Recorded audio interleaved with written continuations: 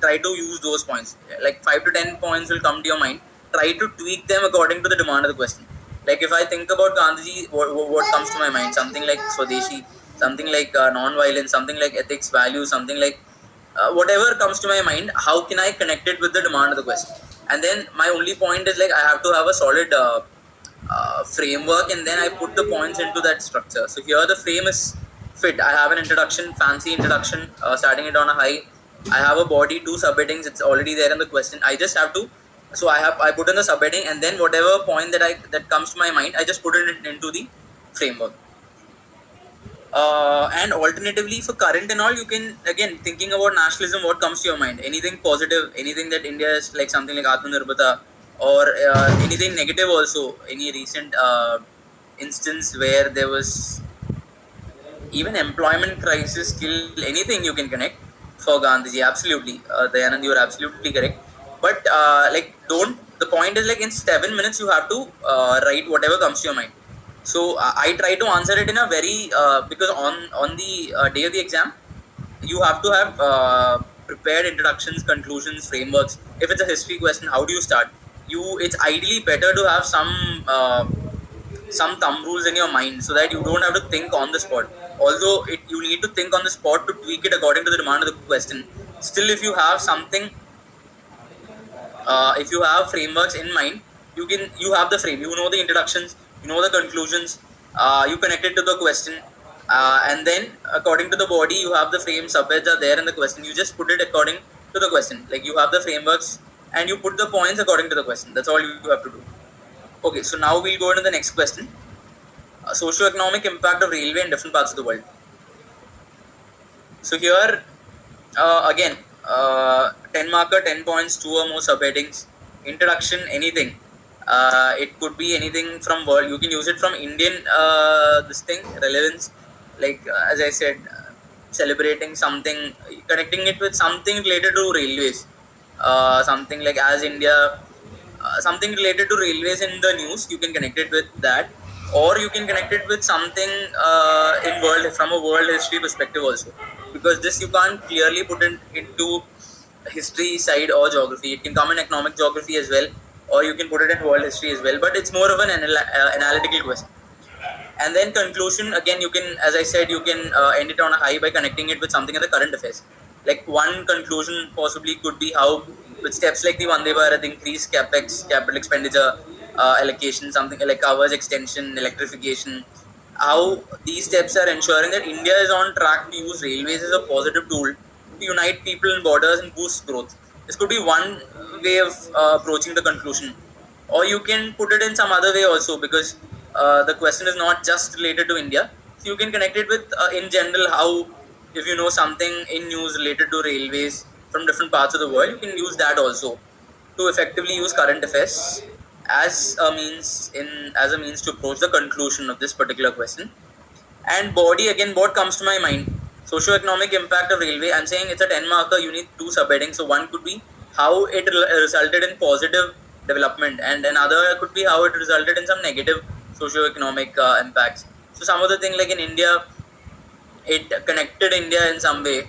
In UK, it led to industrial revolution. That was good for UK. You can even add place names. Then, like which areas were connected because of railway, which places.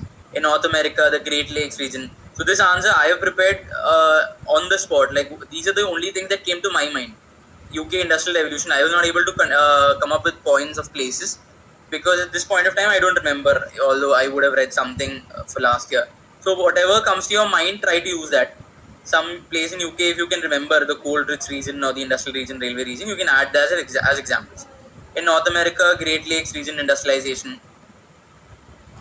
Sir, if we have to think, brainstorm, and then there, is there any benefits of making comprehensive mains? Absolutely. The point is like you can prepare the introductions. Like you can have 5 or 6 using the. So all questions in mains comes from 3 things. It's either one, previous year questions last 10 years, or 2, it is from the main subheadings, that the detailed subtopics given in the mains, or thirdly from current affairs. So one could be uh, huh. So any question. So you can prepare 5 to 6 possible introductions, possible general introductions for history. Because if you look at the PYQs, if you prepare 5 introductions and try it on the last 10 years questions, you can try to you can ensure that okay, your introductions are workable on the last 10 history questions or last 20 history questions. If you think it doesn't work, then prepare introductions for the previous year questions. One or two, maybe you will have to prepare a new introduction, but then still you will be having 5 to 6 introductions after you have prepared for the subtopics and the previous year questions. And in history and culture, hardly anything from current is asked. So when you're making notes, prepare introductions, prepare conclusions, prepare the frame. If it's a history question, how do you generate points? As I said, it could be the chronology, it could be the syllabus areas specified in the syllabus, or it could be if it is art and culture, it could be the different things in art and culture. Again, like index itself, the syllabus itself gives you points. If it is art and culture, you can use painting, you can use history, you can use sculpture, you can use architecture. Everything is a separate point. You just have to substantiate your point with some fact, some example, something. Okay, and then can we use other GS keywords? Absolutely. Can you drain of wealth railway as a means? Negative point can we write? Yes, I think I have also written that. So here another point is like mobility. In Canada, how Quebec, the French Quebec region, I think it's French, Quebec region was connected with the wheat regions. So how it resulted in mobility, connecting the different areas in a very vast continent, continental size country like Canada, or something. How in India, ideas, people, local traditions, local trade, urbanization improved because of railways post 1856. You can even add examples. Then Trans-Siberian Rail, how continents were connected. Asia connected with Europe. Negatives again, inequalities, drain of wealth. Northeast railway density is very less. So possibly that is one of the reasons. So you can write causal statements.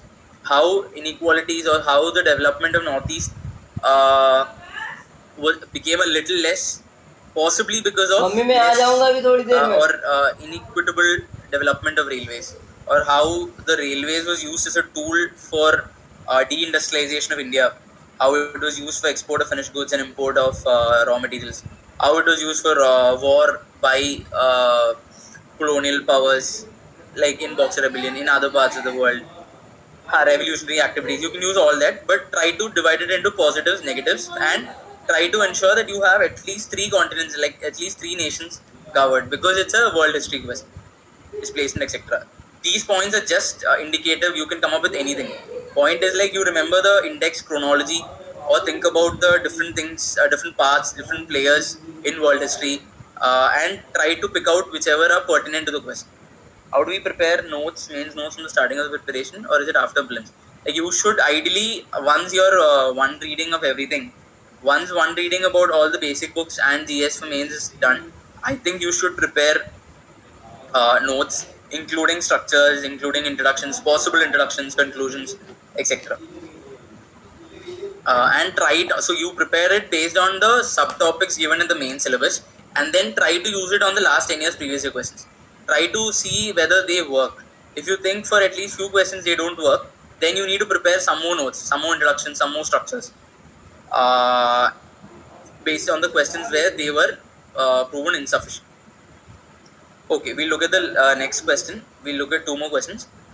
Society questions. So this is: do you think marriage as a sacrament is losing value in modern India? So one framework could be it's a 10, again it's a 10 marker, so two or more subheads. One it's a society question. So so my go-to introduction in society is definition. Like let's say in society, questions generally revolve around marriage, caste, tribal issues, gender issues, something like that. And then the definition could be, so here it's about marriage.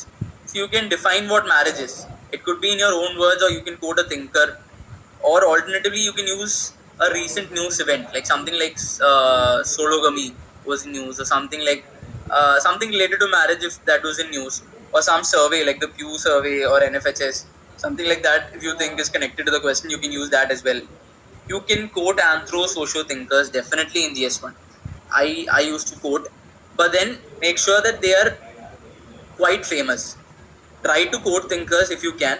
At least you can even quote thinkers from the newspapers. If you're reading Express or Hindu, you can even quote famous people who are writing columns in those. Anthro knowledge you can use. You can use Murdoch. You can use people from Socio, but try to use thinkers who are very famous. Okay. And conclusion. Okay, you can use quotes also in introduction. You can use definitions, quotes, new recent surveys, statistics, news event, anything. Conclusion. Again, you can use how it is relevant even now or how things are changing in society. A good conclusion is how things are changing. Things like sologamy was in news. Something like same-sex marriages were in news. So this could be an introduction, like how the same-sex marriage ruling or discussion by the Honorable Supreme Court has ignited debate on marriage again. So you can set the context using a news background, or you can end it using changes that are happening in the institution of marriage, how marriage as a sacrament is changing but still not losing value. And body, again, it's a 10 marker, so two subheadings, again easy ones. One is supporting the notion that do you think marriage is that it is losing value? Yes, you give 4 to 5 points, and then no, seconds apart, no, it is not losing value. Ideally I would say put yes first, that it is losing value, and then put no, because then from that no you are saying, and then you are concluding by saying that it is not losing value but it is only changing, so it is in continuity. Can we write normative conclusion? Absolutely. No need of current affairs. So current affairs is just one of the ways in which you can approach the conclusion. You can use a normative one. Absolutely, yes.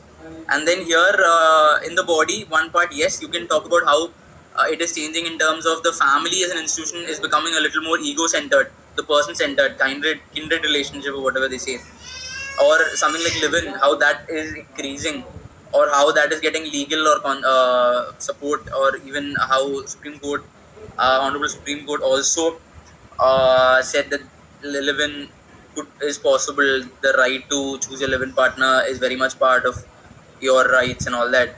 You can talk about live-in. You can talk about ego-centered family groups. You can talk about things like situationships, like whatever fancy things that are there, which you can connect it to marriage or relationships. You can talk about adoption, because what are the so another way in which society one so in society, what are the dimensions you can think of? One is things like the syllabus gives you dimensions like women, caste, tribal issues, regionalism, communalism, urbanization, modernization, globalization, poverty, inequality, social institutions, culture, and identity. So these are the dimensions from the syllabus of the GS1. Alternatively, you can think about the stakeholders, again, like women, different caste groups, different community groups, different regional groups, or you can think about like parts of the question in any question. Again, in society, here the question is marriage. So what are the parts of a marriage? Like there are two people, like you can even say two adults. It could be from same sex or different gender, or then you can say that there is a like kids are also part of the marriage as an institution. Thirdly, you can talk about how social sanction or social recognition is also part of the institution of marriage. So these are like parts. Each part you can use as a point in both yes, supporting the motion, and negating the motion. So here again you can talk about like kids. Use kids to in one subheading. Try to use that to show how it is revolving around kids, or how the number of kids are reducing as education is increasing, or how adoption as a means is changing the institution of marriage, or how joint family is reducing. So things like that. Again, the same points, like things like adults, the role of women, the role of men, role of patriarchy, role of kids, and all of that. Honor killing, absolutely. Like so religious sanction, community-wise marriage is still norm, or family values are still celebrated in media, popular culture, social sanctions, etc. You can talk about things like honor killings, ka panchayat, these things, or anything, caste-based violence or caste-based marriages, or anything pertinent. Just put it into the relevant subheading. One is supporting the motion, one is negating the motion, and then conclude it with how things are changing, or conclude it with something, as you said, something normative, some quote, some thinker's idea. Like ideally in society, I would say end it with relevance of how things are changing. Something like as I said, something like same-sex marriages, or something like sologamy, or situationships, or things like that. Or relevance, like how relevant the marriage as an institution is still, or how it is still important. Why is it still significant? You can quote a thinker if you know, or you can just write on your own. There is no necessity to quote a thinker. It's not like if you don't quote a thinker, you'll get less marks. But if you know thinkers, if that comes to your mind quickly, you can use them. Like here, I thought about Putnam's idea that community bonds are coming down.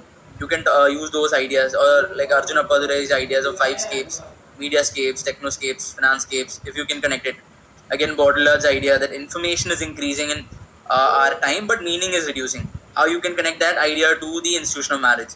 Like these are just random things that came to my mind. So the whole idea is like widow remarriage. Yes, anything that you can connect it with, whatever idea, thinker thing you can connect it with, try to liberally use them. So last question for today: explain why suicides among young women are rising.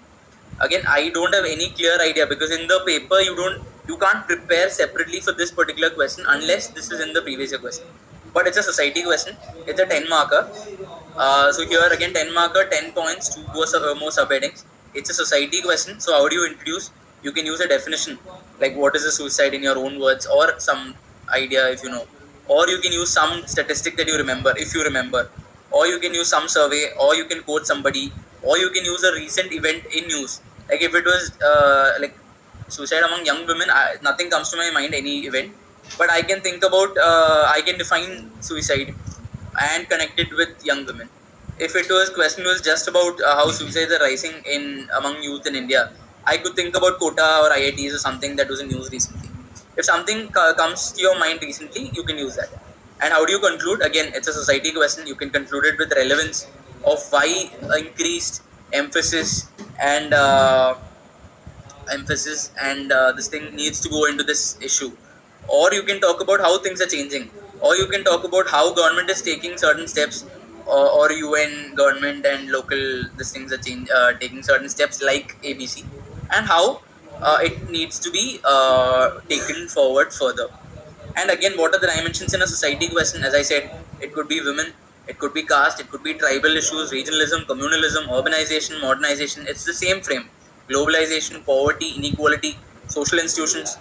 According to the question, you can use different social institutions, culture, identity. You can use social processes, something like Sanskritization, something like Westernization, something like tribe caste continuum, anthropology, sociology, or general things that come in the Indian Express, Hindu ideas, like anything related to social institutions, social processes, or things in the syllabus. Stakeholders like women, caste groups, tribal groups, different areas like different regions, things like regionalism again in syllabus, communalism again in syllabus, urbanization, modernization. You can use all these and just come up with 5 points, and you need two subheadings. So here you can't negate the motion, that you can't say that this is not rising.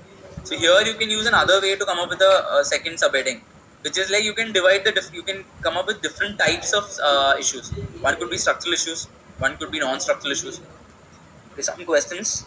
Did you keep the word yes and no explicitly? You can use that also if you think your time is less. But ideally, if you have time, you can use like proper subheadings. How in the previous question you can talk about how what was the question? Yeah, how marriage as an like you can give the heading like marriage as a sacrament is losing value. Another subheading could be marriage as a sacrament is not losing value, or you can even give yes it is losing value. Another subheading would be no it is not losing value. No issues. And please discuss few geography questions. Yes, in next session please discuss different dimensions, evaluate, remark. So the dimensions, at least for me, I don't think they are very different, like evaluate, remark, illustrate. Because even if it is evaluate, I would say you need examples. So illustrate also, you need to illustrate most of the points. But critically analyze, you need to give more, like both positives and negatives. So if it is only evaluate, illustrate, or examine or prove, something like that, you need to give more points for whatever the question is suggesting. Like here the question is, do you think marriage as a sacrament is losing value? So ideally I would say you should give more points for yes it is losing value, but still you need an alternative viewpoint. You should say that it is not losing value as well. But in critically analyze it, both dimensions are equally important. So to make it simple, I would say don't all the things like evaluate, everything boils down to the same thing. Only thing, if it is critically evaluate, positive, like both sides are equally important. In the other questions as well, both sides are important, but you need to give more points for whatever the question is directly suggesting. For essay paper and GS, for essay you can use these structures, but we'll come up with more things also in for when we are discussing essay and ethics. Ethics we have other structures. This is more for society and history that we discussed today. Okay, so in here in the some of the points that I came up is like suicides among young women, intersectionality. That is two bases, the base of gender and base of caste. You can talk about car panchayats. You can talk about something like in northeast, or base like another intersectionality example could be gender and unemployment, or gender and inequality. Something like another question, another point like total institutions. Goffman's idea about total institutions like patriarchy, marriage, etc. Foucault's idea like marriage, biopower, power over institutions, power over body, how that results in inequality and that fuels resistance. Or you can connect it with health, you can connect it with NFHS 5 insights, you can connect it with nutrition. 50% of reproductive age women are anemic, points like that. You can connect it with modernization, globalization. Thinkers like Nandini Gunawardene talks about how women are reduced to lower end service jobs, how that could be one of the socioeconomic reasons why suicides are rising. Or migration, like these are all dimensions are general in society, but I can use these dimensions and then tweak it according to the question. So I just need to connect those dimensions to women and connect it with suicide, migration. And you can also provide examples of case studies like Seva, Kudumbashri. Kudumbashri, for example, connects I think 1 in 3 families or 1 in 4 families in Kerala. So that's a very good positive example wherein you have a case study showing how suicides can be reduced through institutional mechanisms. And recent issues you can quote. Conclusion, again you can quote some thinker like here. Something that came to my mind is like Geeta Sen, economist, how she says in some book that she edited, like women's movements and feminist encounters should connect horizontally and vertically with well connected organizations such as the UN, and at the same time be decentralized, be at the local level, gram panchayat, like connecting with global and local things. Or you can connect it, end it with something that comes up in your mind. Yes, you can use anything, but try to use more things that are there in news, in sociological discussions in paper. Like Livin is more famous. Hookup culture is more informal. So I would suggest use things which are more formally there in discussions, in newspapers, in textbooks, etc. But you can use them, no issues. Again, so this is what we plan for today. But then again, these are just suggestions. So nobody knows how UPSC thinks or UPSC corrects. And again, depending on the evaluator and all, there could be subjectivity. But then our idea I think is basically to have a framework, have some thumb rules, and to increase the factual intensity. Every point, if you can give examples or theory or connect it with the thinker, etc., and then in that, yes, postpartum depression, absolutely. Not postpartum, yes, definitely. So things like that. So our idea is that every point you should increase the factual intensity, so that your points give you more, so that the chances of getting more marks are there. Because if your points, every point, if it has example or a thinker or an idea, like it's just either an example or a fact or a quote or a survey or a book or a fact or an example, something, some value in every point, and you start on a high and you end on a high, then chances of getting more marks in your mains paper in that particular question is realistically high. So our idea is to reduce the possibility of subjectivity. So if you have some factual intensity in your answer and you have good introductions, conclusions, and structures, chances are that you will get at least above average marks in every question, and cumulatively you will get very good marks. Chances of getting good marks are more. Okay, so that's it for today. All the very best. We'll try to add more sessions for other questions.